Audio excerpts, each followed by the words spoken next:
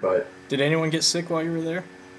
Not really. I think a couple people got like kind of a chest cold, but it didn't spread around. Our doc was like, yeah, he's like, I'm surprised that more people didn't have heart attacks up here. There were some guys running around that probably shouldn't have been doing many physical activities. They kind of have let themselves go over the years, but nobody got injured. Nobody really got sick. Yeah. I mean, and the food was so good and fresh. I mean, you weren't like, your ass wasn't exploding like all day long. I mean, I had some of the most like solid shits I've ever had in like a long time up there. So we were holding. I held off for the first 2 days because I was kind of scared to go poop outside in the little latrines we had. I thought my ass would freeze to the seat, but did it? No, it was actually. I think my balls almost froze to it. but no, it wasn't that bad. The worst part was that you're not flushing. It's not a latrine.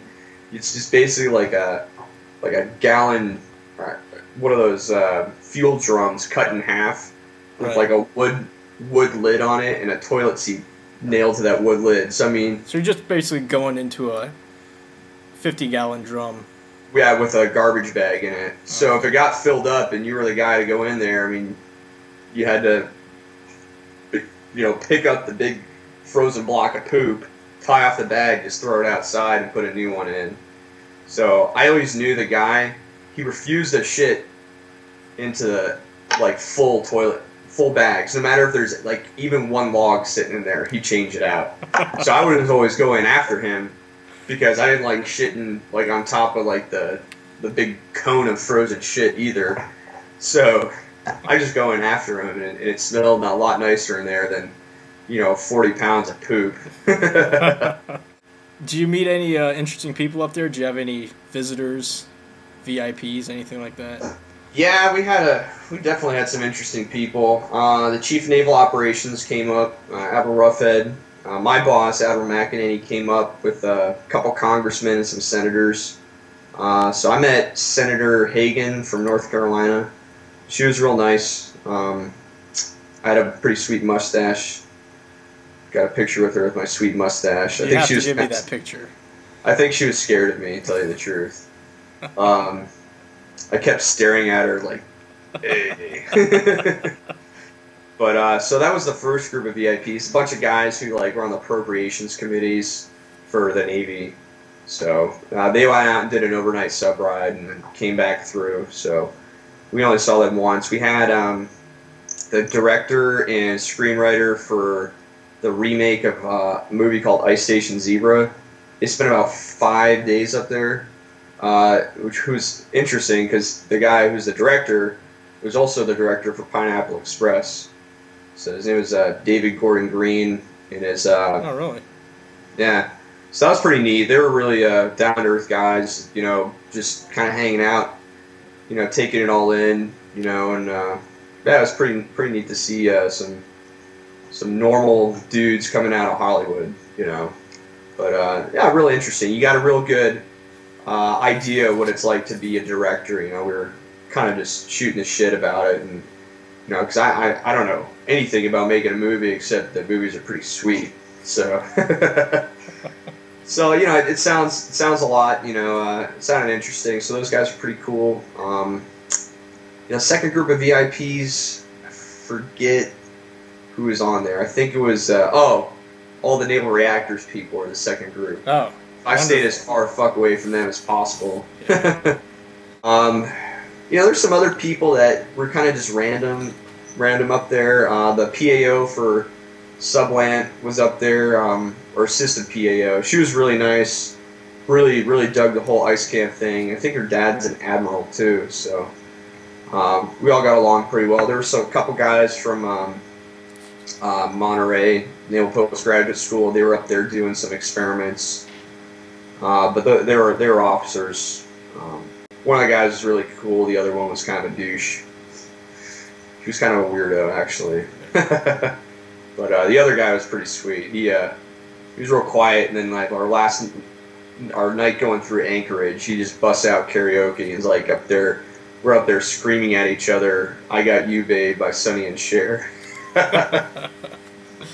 So it sounds like you had a pretty good time. I had a great time. I tell you, if I wasn't set on doing medical stuff, I told Jenna, I'm like, we moved to San Diego, and I would try to get a job at the Arctic Sublab.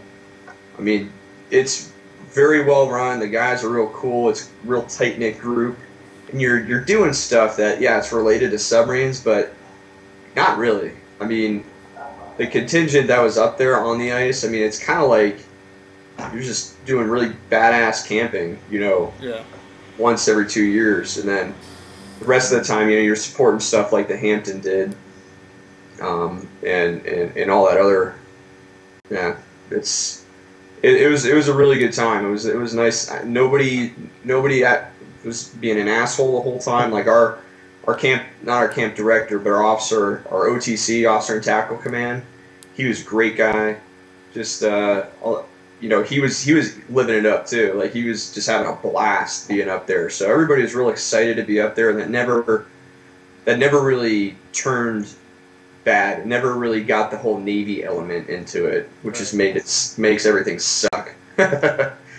So basically 2.5 weeks of badass camping at the North Pole, riding snow machines, swinging pickaxes, finding drinkable water, cool stuff.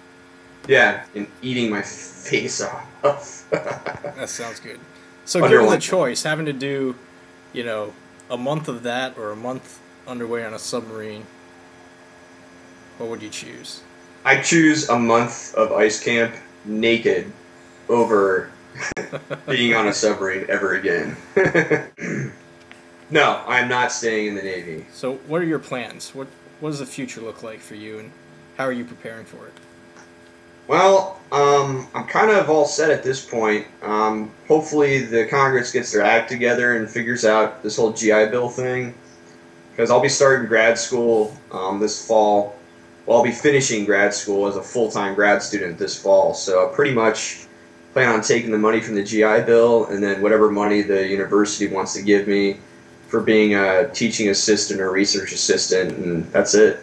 So yeah, that's the plan, is to finish my graduate degree in developmental reproductive biology.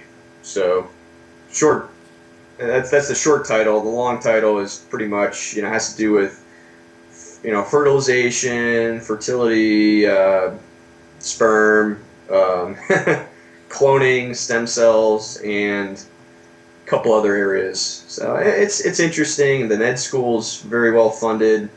So it's brand new, and it's right on the water. So I think it'll be a good time trying to normalize myself after the Navy. And this is University of Hawaii, Manoa? Yep. Okay. Yep. So that's pretty much it. I mean, it's kind of funny, you know, everybody's like, oh my God, you know, you got to figure out how to get a job when you get out, and, you know, what's medical insurance and all that. And like, I don't got to worry about any of that since I'll be a dependent. Yeah. I don't have to worry about a job because I'm not getting a job. So it's been, so far it's been a pretty easy process. I think as getting out comes closer with all my physicals and checking out of the Navy stuff, I think it's going to get a little busier. But you know, I'm getting paid all throughout the summer, and I planned it out relatively well, getting extended to the end of July so I can start grad school full-time in August. So that's it. We'll see if it works out. You know, I may be you know, applying for food stamps here in the next year, but whatever.